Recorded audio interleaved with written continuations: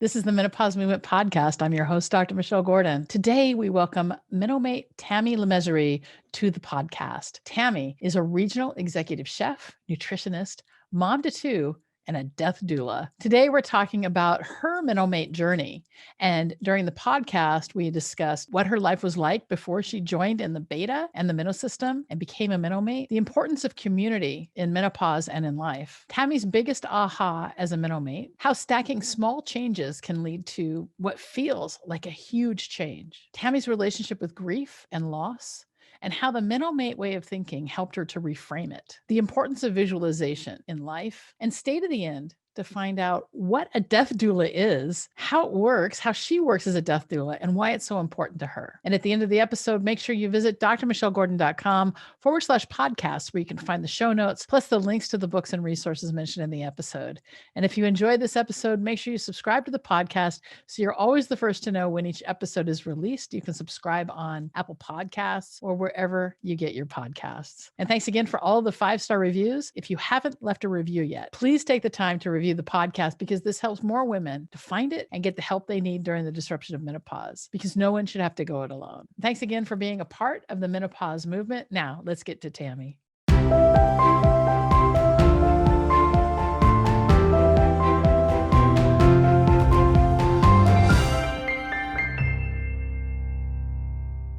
Tammy, welcome to the Menopause Movement Podcast.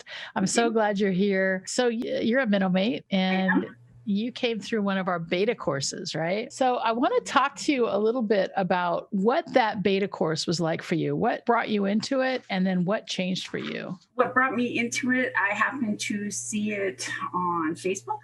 I saw one of your ads with your beautiful smile, and I was intrigued because at the time I was going through the hot flashes, mood swings, headaches. I had a lot of other things going on, and I was trying to define what was causing what. Right. I have 2 types of arthritis, and I also have fibromyalgia. So it's been a long haul trying to figure out, why do I feel the way I am? Why do I hurt the way I am? Why do I think the way I do? So hearing you and the call in the beta group, it was a real eye opener, because a lot of the things that I'm feeling have to do with menopause more than my other issues. I think that's really interesting that average women spend, believe it or not, $20,000 trying to solve their menopause problems. It's crazy. I mean, because we start feeling really weird, and there just isn't a lot of information out there. And I think that's going to change, but there's just isn't a lot of information out there. So you came through the beta, you got an understanding of what's going on hormonally and how to start managing it. And was there a specific point in the beta that said to you, wow, this is really a big deal for me, and I need to make a change, or I need to invest in myself? What was that for you? It was the MENO-Mate way to eat. It was the sugar. I am a carbaholic, professed carbaholic. It seems carbs are my go-tos, and it's not necessarily the sweets, the sugars, it's carbs. It's mashed potatoes, it's pasta. I am a chef. I have to eat for my job. But what it was doing to me, until I actually cut it back and stopped the sugar, I had no idea how it was actually affecting me. So I wasn't sleeping. Yeah. And so now you're sleeping better, and you've made some changes. And I think that's great. I think one thing I'd like to talk to you about is, like, let's say before you decided to join in as a MENO-Mate, right? So you came through the beta, and what was your biggest skepticism before you actually chose to sign up? All of it, actually. It was the buy-in, because like most other women, I have a male doctor who is wonderful. For me, he's gotten me further along than any other male doctor that I have had. He listens to me and he investigates. So I'm thankful that way, but he still doesn't know everything. No doctor does. That's the issue, right? Well, totally. So it was all about, okay, is it really me? Is it me? Or is it external factors affecting me, right? So that was the whole challenge, to find out what it is. I have fibromyalgia. That just widens my pain broadband. Like, I hurt all the time. People keep asking me on a scale of 1 to 10, and I say 15. Because I've suffered in pain for so long that what's 10 to most people is a 5 to me. Right? But what's making it there? And since cutting out the sugars, And the refined oils, I do have to say that it has really brought it down. I'm still in pain. It's different. It's more specific. Yeah. So you made some changes and your life is a little better, or a lot better, it sounds like. I'm still trying to, what? In that aspect. Yeah. So, but I'm still trying to understand, like, did you have before you decided to buy into the program, was there like, I don't know if this is right for me, any questions about, so you came through the beta program and you knew that you just had to continue. I did. I'm a very open person about listening to my body, listening to my spirit, and I knew something was going on. I knew menopause had a lot to do with it. I had a hard time getting to menopause, the hot flashes for 10 years, but then I still had regular periods, and then they would go on and off for 18 months, and then they'd stop for 11, and I'd get one that would last 2 months. Was just hormonally, it was bad. Yeah, so when I finally reached that point where I was 14 months, no periods, I was elated, but I wasn't, because I knew all the rest of it was coming, the hormone dumps and the whole bit. But I had no idea how it was going to affect me or even where to go. I had heard other women talk about biologic hormone replacements and such, and there's so much already chemically wrong with my body that I didn't want to try anything like that. Sure. So, and then you came along and gave me a different path on how to look at, it wasn't just the menopause, it was the whole picture. It was me, how to look at my whole being, my whole existence. Yeah. When I came to you, I was grieving severely. I think our first conversation was all about grief. I think I inadvertently took over the whole call, and I did not mean to do that. But when you started asking me questions, things just started pouring out. Right. Which hadn't in a very long time. And that really solidified it for me, that I needed to be around you guys and to hear what you had to say and fully learn from it and encompass it and absorb it. So would you say that, I want to know how important was the community aspect of this program for you? Totally. For in the beta group and all the calls, it was awesome seeing the same faces every time and having them cheer us on, and having the calls as often was huge. In the beta group, in the first part of the MENO-Mates, it was huge. I do miss the group because it seems like we've kind of spread out. We're not as close. We try. But we still have all the community aspect of it. It's just the problem is that when you first start with something, I think you put everything into it, and then in order to keep things going, you have to continue to invest in it. And that's, I think, where that's why we have our own community inside of the platform, right? And it's a matter of us, we do meet at least monthly with all the MENO-Mates in order to kind of see what's going on and help people along on their journey. And that keeps the community going, I think. As long as you come, you got to show up. Definitely. And that's the thing. Life gets in the way. I had my knee surgery. My work was a little crazy before I went off on surgery. My job is a lot of my stress, a lot of my issues. So I've been rethinking that whole aspect, hence why I became the death doula. And with COVID and my knee replacement, I haven't really had a chance to develop that as much as I would like. And it bothers me because I know there's so many people in hospital that are severe and are passing alone. Yeah. And even, I don't care. Money isn't important to me in that aspect. I want to help those people. Yeah. Be at peace. So, but I think I want to talk about the death doula thing. I want to see how you got there. Before we go there, I do want to talk about, you came into the program, you did the MENO-Mate way of eating, you were able to manage your pain a little bit better, right? Because you changed the way you were eating. And one of the things, in the MENO-Mate way of eating, we spend a lot of time talking about how food is super important. Now, you're a chef and you know this to a certain degree, but was there, other than sugar, was there any other specific aha that you got from going through the program that was just like, whoa? Definitely. My aha was, oh, look, you do have to eat 3 times a day. As a chef, I tend not to, because I'm so busy feeding everybody else and making sure everybody else is sufficiently sustained that I often forget about myself. And by the time you get home, you shower, you get all that gunk off you. The last thing you want to do is cook because you've just cooked for all these other people. I'm not a morning person. So breakfast, I'm more European where I would go for the rye bread and the salami rather than an egg type of thing. I have learned to do yogurt, granola, and fresh fruit in the mornings. So that has been my godsend. Or I'll have a slice of ancient grain toast just to tide me over. With my medications, I have to eat something. So, and I am making sure that I'm eating more sufficiently. And I mean, I'm the worst one. I'm telling everybody else how they should manage their bodies.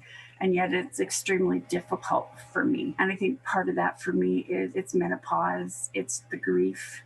It's the depression that comes with the grief. It all has a play in how my body regulates what I'm supposed to do, because my body doesn't tell me, hey, I'm hungry, you should eat. Right. So you have to manage that. I have to manage that. And so going through the program, when you came in as a MENO-Mate, you started to realize that you had to prioritize yourself in order to be able to help other people. Yes. And I think that's really great. Any other ways that you've changed because of joining as a MENO-Mate? I've been able to open myself up and talk about past, my grief, my stress, whereas I used to hold it all in before. Until recently, I live with my daughter and her family. And just prior to my surgery, they moved to Brandon, Alberta, which is about a 10, 12-hour drive away. My youngest lives in Victoria Island, which is a plane away. That's on the other side of the country, isn't it? Yeah, I'm kind of in the middle of both of them. So, and my father lives in Quebec, which is way on the other side. So we're completely spread out. So for the first time in a very long time, I am completely by myself here. So I have to rely on myself a lot more. Sure. And I've noticed that some of those old habits of not wanting to eat and such is starting to try to creep back, because it is just me. There's nobody here that I have to worry about, or nobody here cheering me on saying, okay, come on, let's go. We got to do this. So that's why you have the community. Yes. And to help you. I've been doing good. I made up my mind. I've had complications with my knee surgery. Sciatic was activated. I have severe degeneration from L4 to S1. And by the looks of it, within the next 5 years, I probably will need to have it fused. Yeah. That doesn't sound like fun. No, yesterday, I had dry needling done to see if that was going to help. What's that? Dry needling is kind of like acupuncture, except it's the same needles, but they don't go by meridians. They actually go by muscle and joints. I see. So a question I have for you is, since you came in as a MENO-Mate, have you noticed a decrease in your medications for fibromyalgia or psoriatic arthritis or osteoarthritis? Not yet. You haven't? Not yet. Okay. I am working on it with my doctor. It's severe. If I miss a dose, I have repercussions in my joints, in my skin. The methotrexate doesn't work well enough on its own, which is why we added the Otezla to it, or I never remember what the other name is. And if we find, my goal is to come off the methotrexate because it's debilitating in other areas. But to do that, I would need a biologic or a biosimilar. I know there's sorry, I didn't mean to cut you off. The risks, go ahead. All right, the risks, they're a lot more severe than the medication that I'm on now. I mean, biologics are tough. You had a lot of intangible positives happen to your life as a result of joining the MENO system. One thing I like to say is it's not a weight loss program, but people lose weight, right? Not everyone will lose weight. And it's not a relationship course, but people's relationships improve a lot, because women start to understand more about how our outlook manages everything, right? With you you haven't lost weight, you haven't really gone off your meds, but you do say that you had you say that you have really great experience with the program and you've had a transformation, right? Oh, totally. Yeah. And so I want to try and get down to the bottom of really what changed the most. Was it the relationship with yourself? Was it your self-acceptance? Was it your ability to love yourself more? What do you see as the biggest change for you? Totally the accepting myself Okay. And it is okay to love myself. Wow. And I'm allowed to feel the pain that I feel, because so many people, it's, you don't look sick. You don't look like you have all that going on. Why aren't you happy, chipper, blah, blah, blah. And it's finally time where, you know what? I am this sick. I have been able to ask for help, whereas before I wasn't. Okay. I would just muddle through. I think differently. I think I still think of other people first, but if something's going on with me, I'm not afraid to say, look, I can't do this today. I'm not in that place. Yeah, I love that, because you say you're allowed to feel. And one thing that happens in this culture that we're in, what people call toxic positivity, where you're supposed to always feel positive, but sometimes you have to feel grief. Sometimes you have to feel sad. And, you had something really difficult happen in your life. You don't have to share that, but it was enough to cause you, years of grief, and to finally be able to say, I can feel it. I can feel that grief, and it's okay to feel it. And I think when it comes to grief, especially, I think it's so important for us to feel our grief, but also not own it as if we're responsible. Oh, totally. Totally. Yeah. My grief started years ago. So we actually just celebrated the 9th anniversary of my grandson's death, which is where it started. I'm sorry. I had suffered grief before. I've lost my mother. I've lost aunts and uncles. But even my son, my grandson, that was my daughter's child, right? That we put our grandchildren on pedestals. Yeah. It was extremely difficult. And then when my best friend, my comrade in arms, suddenly was taken from me 6 years ago, I think I took the relationship for granted, and until his death, did not realize how much of an impact he had on my life and who I was. And that was devastating. And not to be able to say goodbye and to know that he died alone, that was holding that in. I held that in until that first call with you guys, because it just seemed my family didn't see him, or my friends. It was just like, oh, you'll get over it. Right. If I'm hearing you correctly, you're saying that coming into this world, you were able to finally accept and move past some really serious grief. And Yes. And again, the program is not about grief counseling, and it's just a way of looking at life differently. Totally. So changing your perspective to understand that you have a lot of power in your life. Oh, exactly. And I mean, understanding menopause and how those hormones affect our body and affect our thinking, in effect, rewire ourselves with the program, with the different thinking and the different doing of things. It opens up possibilities that we ourselves never even think of. Yeah, I love that. Yeah. The group comes in because everybody brings something different to it. And you have those ahas where I thought of it that way. That's awesome, because then it allows you to think of different possibilities. Yeah, that's great. So would you say that life was pretty bleak before you joined the program? It was. And where would you say life is now if you were to describe life? It was bleak before. It's good. It's gotten better. It's not as bleak. The changes in myself. I'm awake every morning at 7:00, which is late for me with not being working, because usually I was at work at 5 a.m. But I'm awake early. I'm up.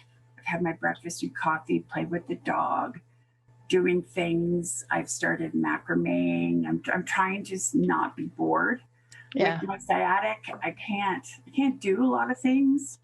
I go for the walks, but I can't go very far because I never know if I'm going to stumble and that I won't be able to move. And so I'm a little apprehensive of that. I'm in physio twice a week. I'm doing deep tissue massages once a week to try and do things better. Previously, I was coming home from work and I'd sit on my couch and I would fall asleep, and I would sleep the whole afternoon. Wake up, have my dinner, go back to bed. I had no life. So are you saying that you've got more energy now, even with the issues that you have? Yep, much more energy. I'm sleeping through the night better. I have, as most menopausal women, I do have incontinence issues, which we're looking into and trying to figure out, is this from stress? Like, where's it from? So we're working on that. But sure. I am sleeping through the night. Okay. And that, I mean, that's huge, right? So you've got more energy, you've got improved sleep just by making a couple of tweaks that, yes. that, I mean, I haven't, may seem really big on the outside, but really with support, they're not that hard. No. Yeah. So if somebody were sitting on the fence, just trying to decide whether to join in as a MENO-Mate, what would you say to them? Do it. Jump in, because you're going to feel better about yourself and better about menopause, period. That it's not the death sentence to being a woman that we tend to think that it is, that life is over. Right. Yeah. Well, that's almost like, we talk about the patriarchy a lot, and, the fact that menopause hasn't really been studied as much as we would have, if men got this, it wouldn't be what it is. Right. Right. And that kind of goes back to the fact that the world revolves around men. And there's not a whole hell of a lot we can do about that, but it just does. What I'd like to know is, you've had 3 career change, right? You're an executive chef. We talked about that. You're a nutritionist, right? And that's Good Choose Nutrition. Is that your business? Yes. Okay. And so do you do individualized nutrition, or? I do. Okay. Wow. I teach it as well. I do it constantly. Somebody asks me a question, boom. I have the answers for them, or I offer, come see me. We can sit down, do a diary, figure out what's going on. I love that. And would you say that through menopause, you've done some reinvention of who you are? Yes. Yeah. So I think, at least for me in my menopause, I had this kind of, as menopause approached, I had this kind of what I like to call an existential crisis, maybe, where I went from an atheist to a spiritualist. I was like, well, what's my legacy going to be? And how am I going to help people? And it's not like I didn't have a high impact job. I mean, I'm a surgeon by training, right? It isn't like I didn't save lives for a living, but I just didn't find that challenging or fulfilling anymore. And, if you're listening to this podcast or watching it on YouTube, whatever, and you hear me say that, oh, I wish I was a surgeon. There comes a point in our lives, and maybe you can relate to this, where you do something for so long and you train for 15 years to be a surgeon. And it took me about another 7 to get really, really good at it. And then it just stopped being challenging. There just wasn't a whole hell of a lot I could do that was like, okay. And then with it being so high stakes, it was a little stressy, I guess I could say. And I was like, I need a new challenge. And then, of course, menopause hit me, and I was like, holy crap, what is going on? And why can't I find any help? And then, here we are, and we've got the menopause movement, we got the MENO system. And this is all because I, as a doctor, couldn't find the help that I needed. Right. And we're here to help as many women as we can get in and kind of discover that suffering is optional. And would you say that you're suffering less now that you've come through the program? Yes, much less. Much less. I realize I'm not alone. I have a lot of sisters out there who are willing to help. Anything we need to talk about, we're there for each other. Some days are easier than others, but definitely a lot less. It's been, I feel like I've woken up, and that they're being 58 this year is not so bad. I tend to keep thinking of when I was younger, and I would look at adults and see somebody at my age back in 1969, 70, a 58-year-old person looked like 85 now. Yeah. They really did. Yeah, we're definitely living longer. We are. At the same time, when my dad was in his 50s, I would say, he was really active, and I thought he was old. And now here I am, I'm in my 50s, and I'm like, I'm really active, and I'm definitely not old. I mean, my brain, feels young. So that's really important. I think as we age, we start to look at, I feel like that same 18-year-old, maybe without some of the impulse problems, but the body doesn't want to do the same thing. And I'll do things that I could have done. And, currently right now I'm battling a a frozen shoulder that, and anyone, if you're watching this or listening to this and you've had a frozen shoulder, man, you you lift your arm up a certain way and it's just like, Yeah. right. Even after getting a shot. Great. And it's, oh my goodness. And these are things that, all I did was play Beat Saber on my freaking Oculus. That's it, guy. It's not like I was, lifting something heavy or doing a bunch of push-ups or anything. And so that's part of aging that I think is annoying. But it's also something I can live with because I know that this too shall pass. What I want to know, you're a death doula. So you help people go from this life to the next. Thank you. To let go of this. And usually, I've seen a lot of people die, and I don't want to dwell on this too much because it does feel kind of weird. Yeah. Yeah. It's weird. But at the same time, what I've noticed is when people die, there is a point where they're still alive, but they're not really there. Yes. Right. So when you help shepherd somebody off to the other side, how many of them are talking to you at the end? None. Right. None. But you're able to have a conversation with them beforehand about their wishes and things like that. Well, and so that helps them with dignity at the end. Exactly. And it's exactly why I became one. I was working with Calgary Hospice as a chef. I would go in and after my regular day job, I would go in and work nights at the hospice and feed everybody dinner.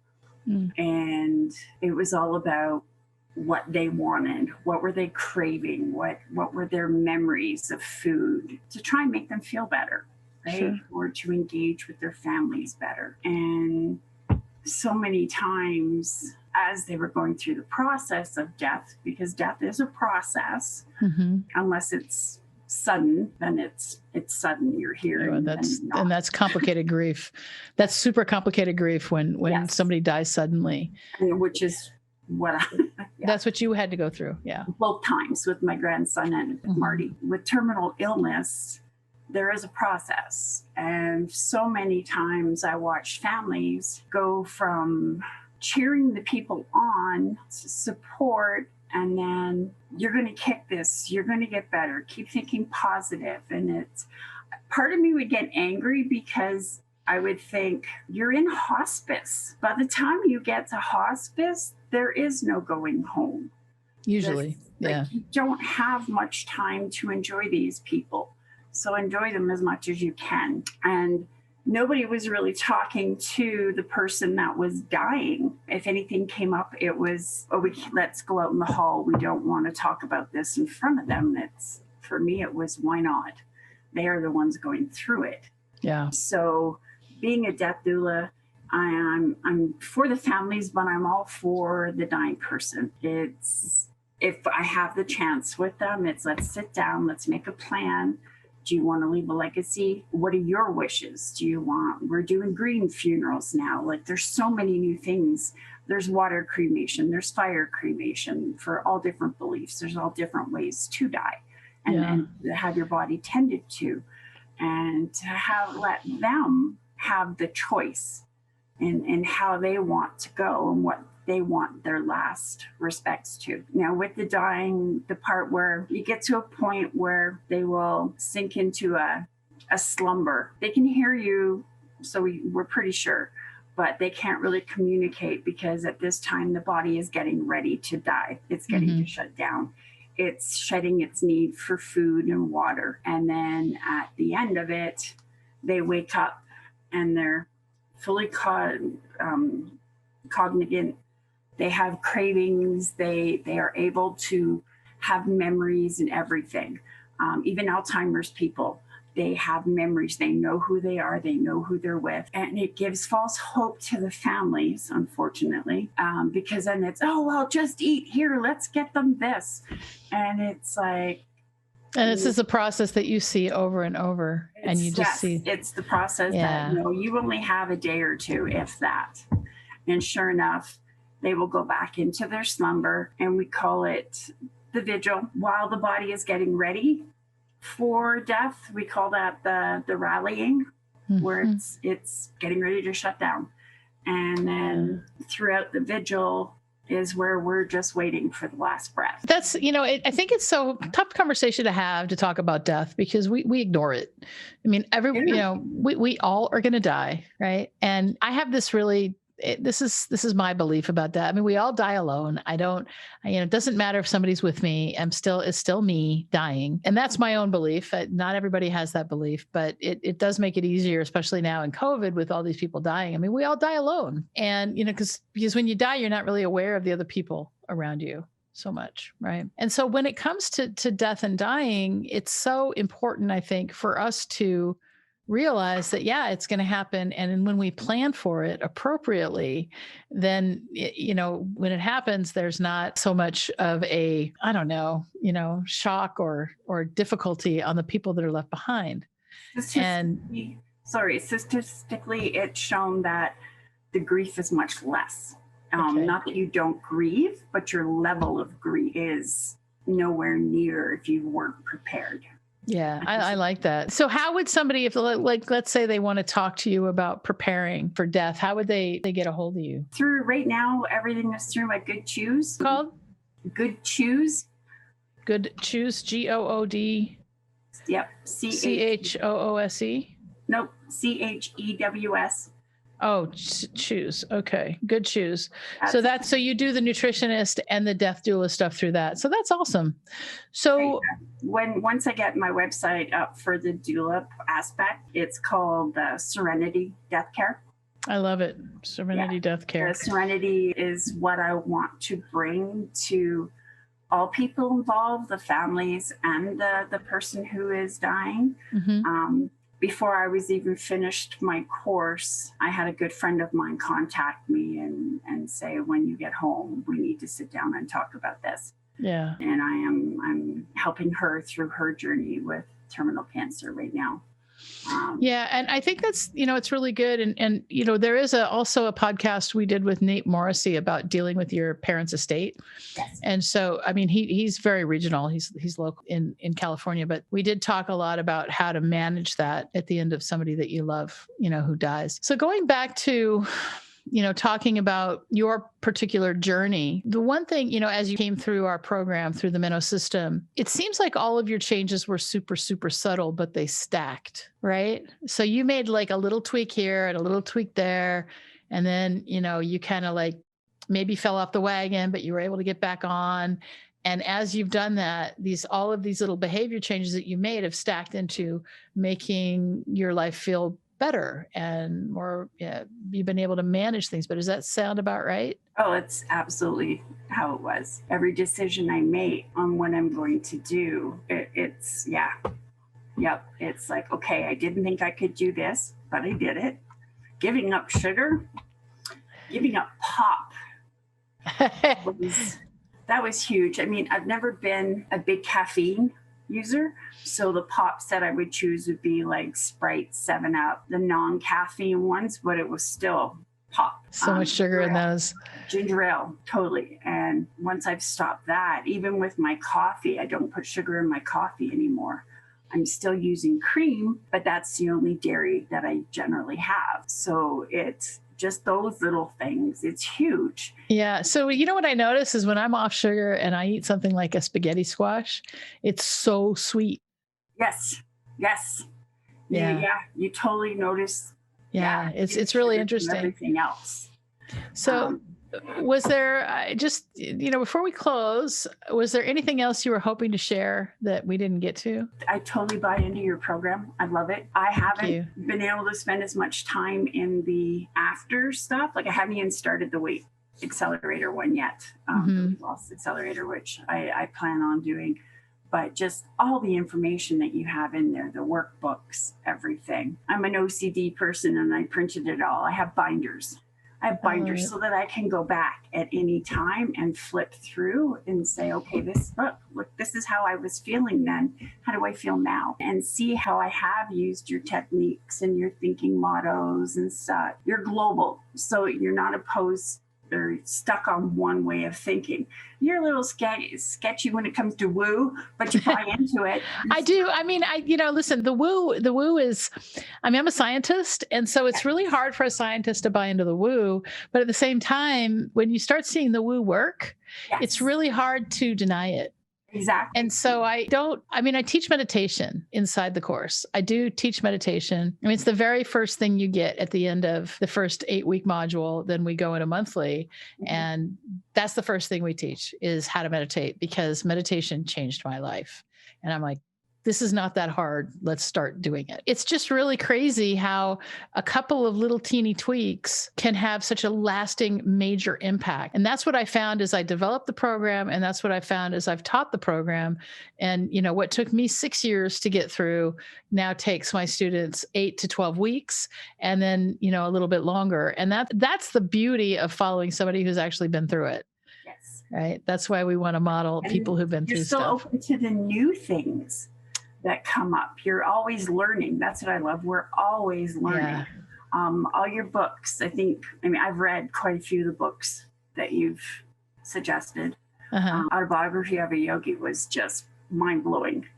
That's a great book. That book changed my life. It's the biggest woo out there for a scientist. It's pretty metaphysical. Yeah, that book, particularly. It is. The power, I totally buy into that. Yeah. I wouldn't be where I am today without it, because I have everything that I have visualized. I have gotten in some way or other. That's really interesting. You talk about visualization. So the importance of visualization is so interesting. In transformational mindset shifting, which is one of the podcasts that we have early on with Lindsay Durant, we talk about how everything comes from a thought, right? So it isn't like, I've got this lumen thing. Okay. And this is not necessarily I haven't decided whether I like it or not, but what it tells you is you breathe into it. You're like, right? You breathe into this thing and it tells you whether you're burning fat or carbs. Oh, and that's just information, right? Mm-hmm. This is not necessarily an endorsement. I'm just talking about it, but this came from someone's mind. This came as a thought first, and then they started to visualize it, and then they started to iterate and made things happen. And every time, I remember when I wanted to be a surgeon so bad, and people would say to me, and I was a medical student, or I was a medical student. And people said, well, what do you do? I said, well, I'm a surgeon. And I had just made the decision. I was a medical student before I was a medical student. I was a surgeon before I was a surgeon. And it's just really interesting because at the end of the day, we have to be the thing that we want to be. And I like to say, I say this in our coaching calls all the time. Like, if you want to be the person who is able to drop 100 pounds, and you got to start doing the things that person does today. And when you start to do those things, then it's going to catch up, because it's like habit stacking. So totally. I actually a couple weekends ago rewatched the movie The Secret. I hit a bump, and even having all of these wonderful questions that I was waking up asking myself, like, why am I so healthy? Why am I so wealthy? Why am I so fit? With the pain that I endure, it does overshadow some days. And when I wake up, it's an automatic, why am I in so much pain? Why can't I get any relief? And it's really interesting how quickly those things can take over. Yeah. Doesn't matter how much work you've done up until that time, it just takes that 1 or 2 days. And with this round, I've been able to move forward because I have a great physiotherapist who is hearing me and helping, and we're trying everything to alleviate the pain that I'm in. Sure. Chronic pain can be so debilitating. Oh. And while we have to manage our thoughts, it's hard as a doctor, because I never really experienced chronic pain. I've got this shoulder issue, but it's nothing like what people with chronic pain have. And I don't understand it. And I don't think I'm alone in the medical community, because people think that chronic pain people are kind of like malingering and that sort of thing. And all anyone wants to do is feel better. That's why we do anything. That's why addicts use drugs. That's why people drink. That's why people smoke. It's because we just want to feel better. It's the eternal search for happiness. Yeah. Well, happiness. Where does happiness come from? Right. Yeah. Yep. Happiness is truly a choice. Your program that's helped me look at things and realize I'm okay where I am. Like, I love that. I'm okay. Like, yes, there's things to work on, but it's not a bad place to be in. It's the hormones. Yep. We've got ways to alleviate that. We just have to do that. Like you said, that forward thinking, being that person first. I'm trying, but obviously the sciatic has got me at a disadvantage right now because I can't be that person physically. I can't do it. Yeah. But that doesn't mean it's not like you're not trying, you're working with a physiotherapist and that sort of thing. And so I'm still able to think forward and do that.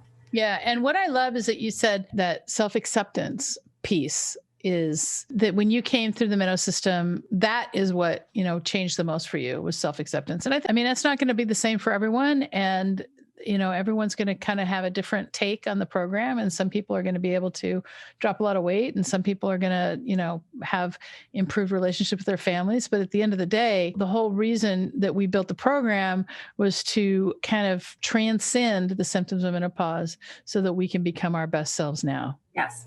Prior to your program, I didn't think I deserved peace. So that's been huge. Like the amount of support you've given me and the other ladies, it's huge. It's really huge. And to know that they feel the same way has been a benefit as well. That, okay, I'm not alone. This isn't a one-off. Or right. I said, where do the thoughts come from? Like it gets into all kinds of stuff. Totally. Yeah. Totally.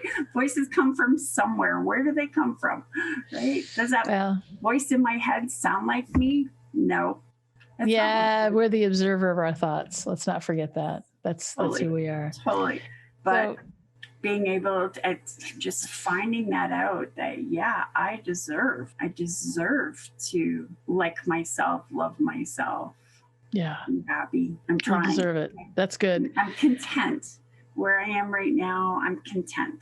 With the careers, it's in process. I don't mind doing all three. When I started with the nutrition, it was, and I just got that degree 2-3 years ago now. It was because I know I have debilitating arthritis.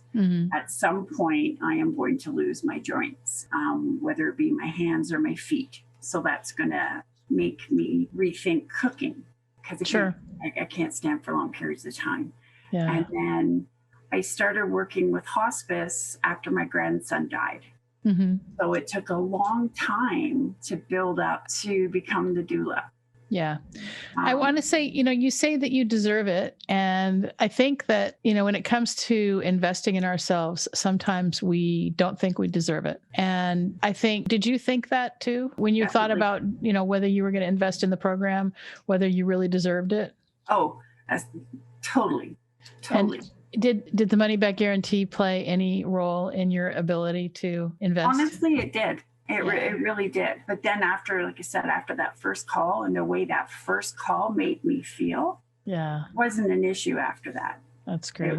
I've always felt it's money well spent. I'm so glad to hear that. Oh, totally. I wouldn't be here if I didn't think that. Yeah, that's awesome. And like I said, the support is so much worth it. The lessons. You ask such great questions of us. Like when we can mention something in passing and the light bulb goes off with you and you're, wait a minute, let's get back to this. And you dig what makes you think. You give us that other option of how to feel differently or how to see things differently. It's huge. I love that. It's huge the way you are able to open up for us. Well, thank you. Thanks so much. And thanks for being a part of the menopause movement today. I really do appreciate you. Oh, thank you. I totally love you. I would feel lost if I didn't have the opportunity, even though the last couple of months I haven't been able to be there. I've popped in when I can. Yeah. And I feel so good that day. I'm so glad you're back and am happy to have you as part of the menopause movement. Well, thank you. Did you know that menopause is not a medical condition? Most doctors don't know this either. I like to say that menopause is the privilege of a long life. And to really take hold of our lives in menopause, we have to unlearn what society and the medical establishment has told us about menopause. Thanks so much for being a part of the menopause movement.